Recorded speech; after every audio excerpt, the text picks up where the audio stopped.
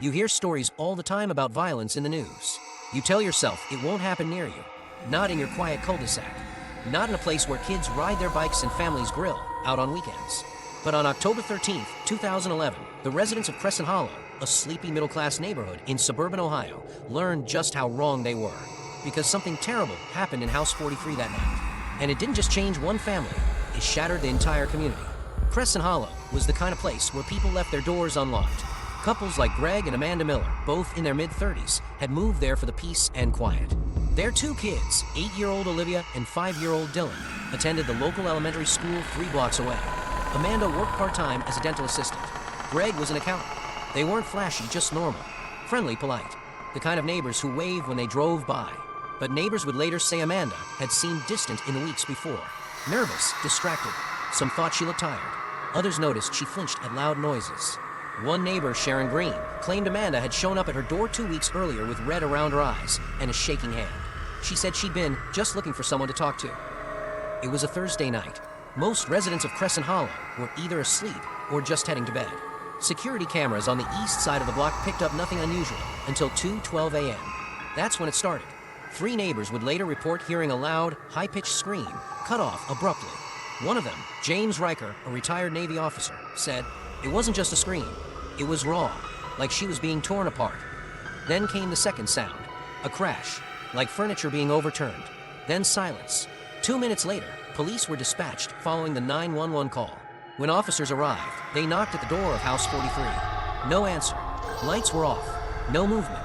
But the front door? It was unlocked. Officers entered with flashlights and found the living room empty, but in disarray. A coffee table turned over. A vase shattered on the floor. A child's toy lying half in a puddle of spilled wine. No blood. No signs of a break-in. They made their way toward the master bedroom. And that's where they found Amanda Miller. She was sitting on the edge of the bed, her eyes wide, frozen in shock. She wasn't screaming. She wasn't crying. She was silent. Greg's body lay sprawled across the floor nearby. Multiple stab wounds. Defensive cuts on his forearms. He was dead before help arrived. Amanda had a knife in her hand. Police took Amanda into custody without incident. She didn't resist. She barely spoke. Officers noted she looked dazed, disconnected, as if she weren't entirely present. Her hands were shaking. Her nightgown was stained with blood. The assumption was immediate, domestic violence gone too far. But something didn't sit right. For one, there were no previous domestic calls to the residence. No reported history of abuse. And Amanda had no known history of mental illness. But when detectives questioned her the next morning, she said something that shifted the tone entirely. "I didn't kill him. He was already dead when I woke up. There was someone in the room, standing over us." Amanda described a tall man in black standing over the bed. She said she woke up to Greg's gurgling sounds and saw the man, his face hidden in a hood, raising the knife again. She said she grabbed the nearest object, a lamp, but it slipped from her hand. When she turned back, the man was gone, and Greg wasn't breathing. Police searched the home thoroughly. No signs of forced entry, no footprints outside, no fingerprints that didn't belong to the family. But Amanda's fingerprints were on the knife, and no physical evidence supported her version of events. That didn't stop the story from spreading. By that weekend, Crescent Hollow was in full panic mode. Parents kept their kids inside. Neighbors who used to chat on the sidewalk avoided eye contact. Police cruisers were seen making extra rounds at night. Some still believed Amanda. Others thought she snapped and made up a story to avoid prison. But then something strange happened. 2 houses down, the Reyes family reported their backyard gate had been left open overnight. Their security lights had turned on at 2:14 a.m. within 2 minutes of the alleged attack. And their dog, normally calm, had been barking furiously at the back fence. More residents started checking their own security footage. One video, taken from across the street, appeared to show a shadowy figure walking across Amanda's lawn at 2:11 a.m., moments before the scream. The figure moved quickly, then vanished behind the house. The police reviewed the footage. They couldn't enhance it enough to confirm anything concrete. They said it was probably just a trick of the light. Olivia Miller, 8 years old, was staying at her grandmother's house the night of the murder. But when child psychologists interviewed her days later, she revealed something unexpected. Mommy and Daddy were fighting a lot, but not loud fights. Whisper fights. At night, they thought I couldn't hear. Mommy said she was scared of the man who watches the hallway. The psychologist paused. "Who's the man in the hallway, Olivia?" "The one who knocks sometimes. But Daddy said not to talk about him. He gets mad."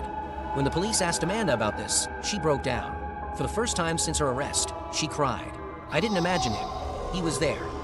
On October 21st, just 8 days after the murder, police received a second 911 call from Crescent Hollow. Another resident, Danny Wilcox, a college student, called to report a tall figure standing outside his window around 3:08 a.m. I thought it was a prank, but he didn't move, just stood there. Danny turned on the porch light. By the time he got to the door, the figure was gone. But his doorbell camera caught a blurry image, a tall male figure in black clothing. Again, the police dismissed it. No crime, no evidence. But fear was beginning to spread like wildfire. With growing public suspicion and Amanda's story gathering traction, her lawyer filed a motion for release pending trial. The judge, citing lack of definitive physical evidence tying her to the crime beyond circumstantial signs, agreed to house arrest. Amanda returned to Crescent Hollow under surveillance. She refused to sleep in the master bedroom. She covered the mirrors. She insisted on keeping every light on at night. And on November 3rd, she left a voicemail for her sister at 2:23 a.m. Her voice was trembling. He came back. The call ended with a crash. Police arrived 7 minutes later. They found Amanda unconscious, with scratches on her arms that looked fresh. The window near the front door was cracked from the inside. The police began to take a second look at all the evidence. A forensic technician re-ran fingerprints on the murder weapon using a new chemical technique. They found a partial print that didn't match Amanda or Greg. It was enough to reclassify the case as a potential home invasion. Amanda was transferred to a secure location while further investigation began.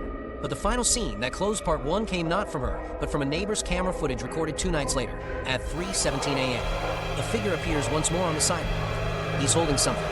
He stops, looks at the camera for 5 full seconds, then steps into the shadow and vanishes. Police released the image to the public.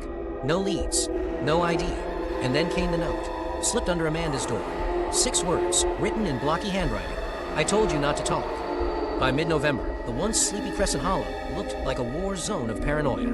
Curtains drawn, motion sensors installed, new locks on every door. People no longer walked their dogs at night. Some families moved in with relatives. Others simply left. The Wilcoxes, who saw the hooded figure outside their window, installed floodlights so bright they lit up 3 backyards. A local Facebook group, once filled with birthday party invites and bake sale announcements, became a digital war room of grainy security clips, suspicious sounds, and neighborly fear. The police made more patrols, but offered no answers. And Amanda Miller? She wasn't safe either. Even under surveillance, the strange occurrences continued.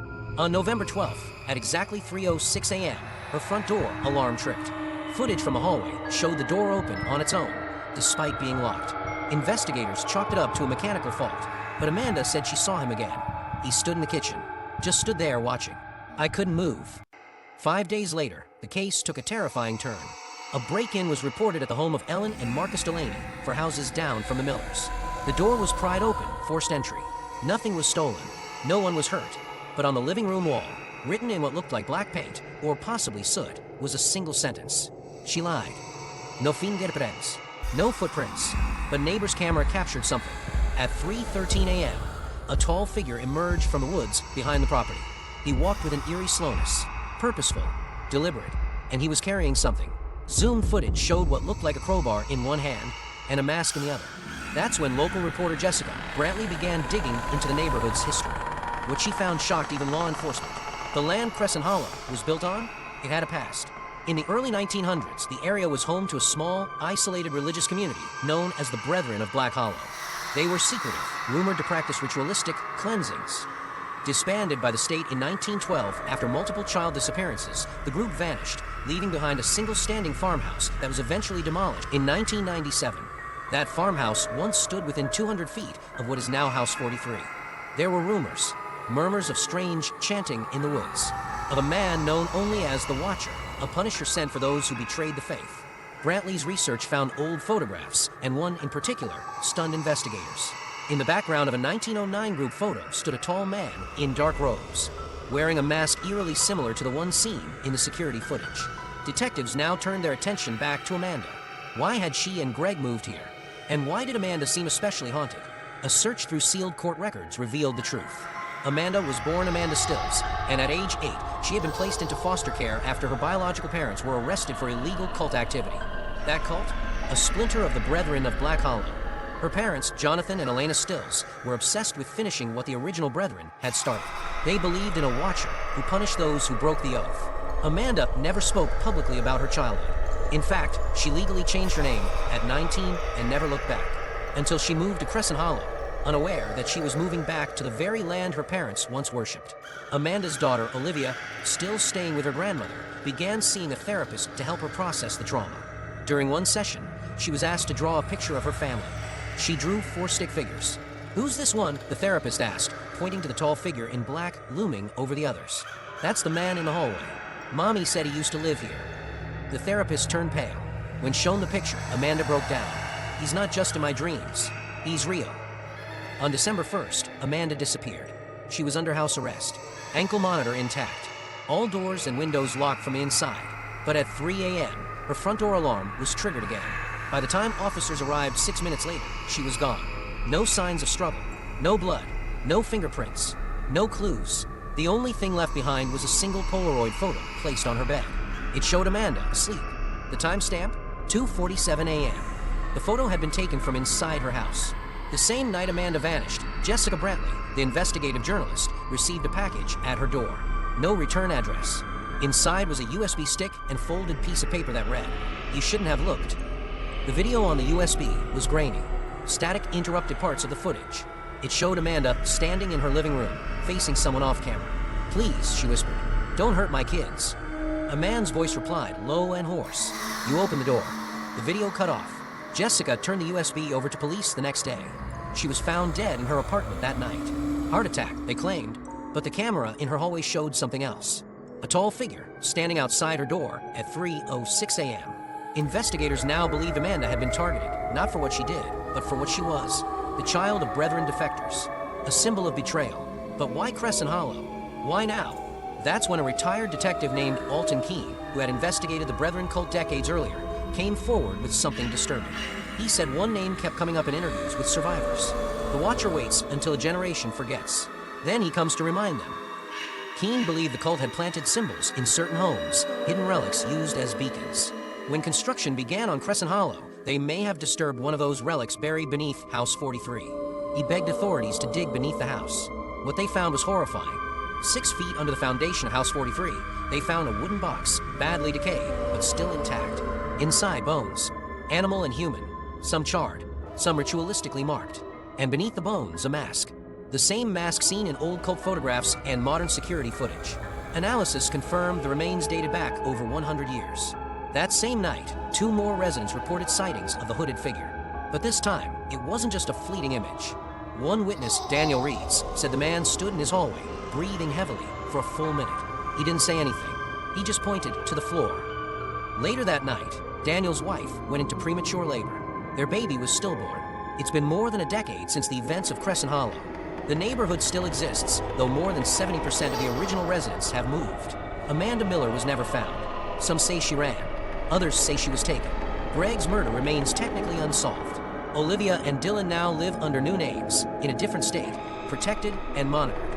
But the sightings, they continue. Even today, police occasionally get reports of a tall figure in black standing outside homes watching. Never attacking, never speaking, just watching. And in 2024, a new family moved into House 43. They knew nothing of its history. They lived there peacefully for 7 months until their 9-year-old son ran into their room one night, terrified. "He was in my closet," the boy whispered. He said, "I talk too much." They searched the house. Nothing. But when the parents checked the boy's drawing pad the next morning, they found a crude sketch of a man in a dark mask, standing under the words, "Tell no one, or he comes back." Not every case is solved. Not every evil is caught. Some just wait. Watch.